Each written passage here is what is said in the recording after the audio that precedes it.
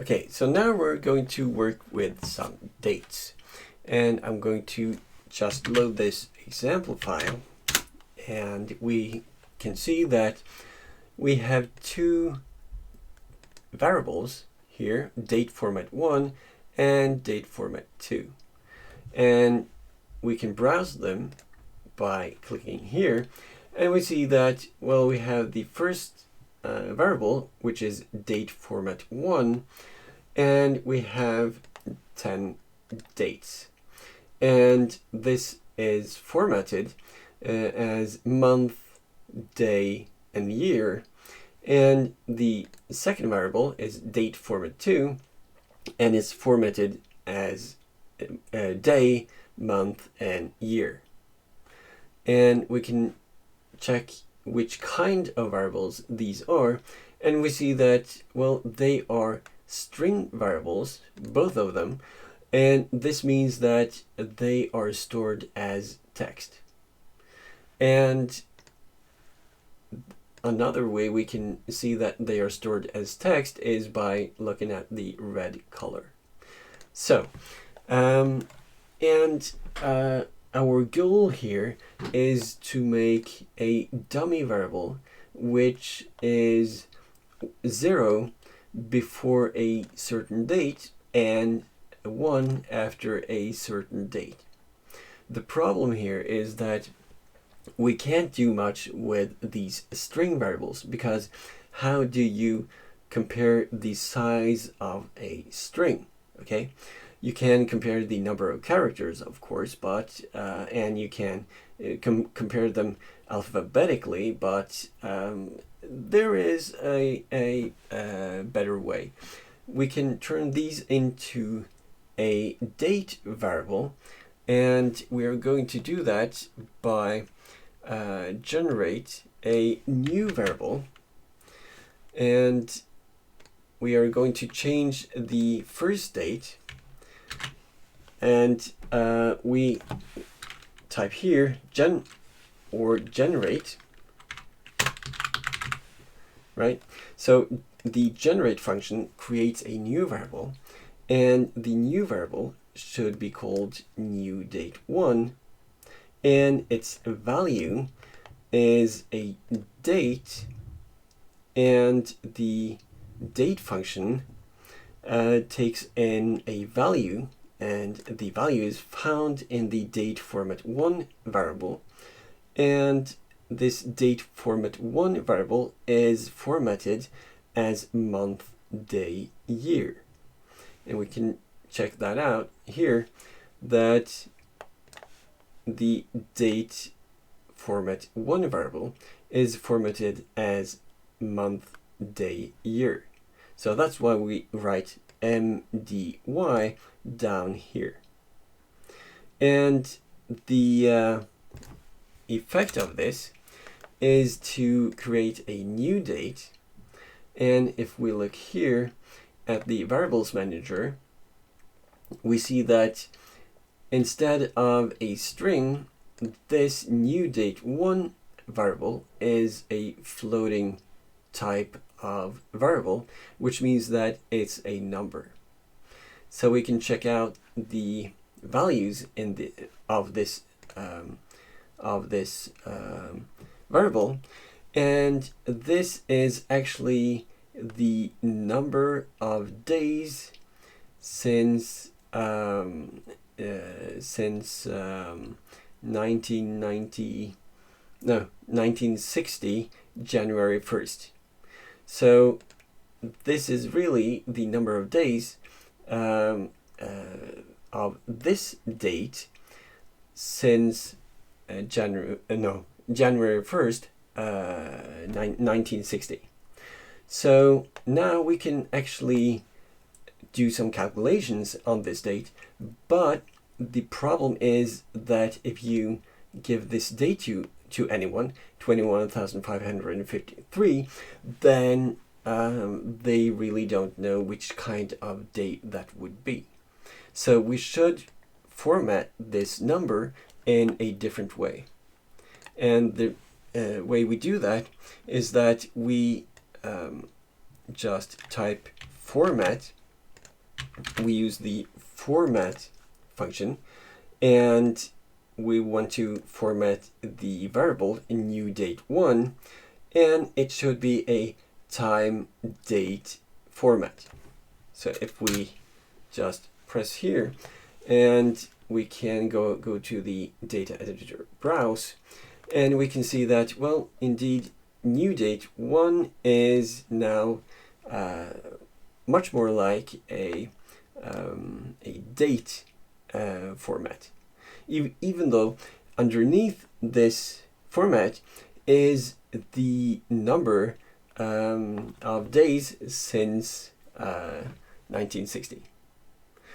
And we can generate the a second or convert the date format 2 variable to a date format.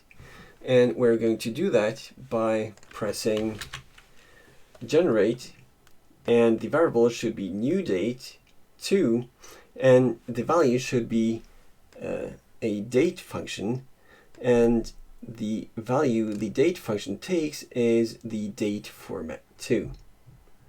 And remember that date format 1 was formatted as month, day, year, and whereas date format 2 variable is formatted as day, month, year. Okay. And the good thing about the date function in Stata is that the date format as a string can be almost anything which is used today. And we can format this new date after we just click browse. Sorry. And this new date, it's also the number of days since 1960, January 1st. So we just format new date 2 to be a time and date format. And if we click here, then we see that indeed new date 2 is formatted as a time and date. And now we can use this to calculate the dummy variable. We could use either one of these to calculate the dummy variable, and we are going to create a variable which is 1 if the date is January 5 or afterwards. Okay, so then we just type generate, and this is the name of the generated variable. It's called after, and it's equal to the let's see, we can take the it's new date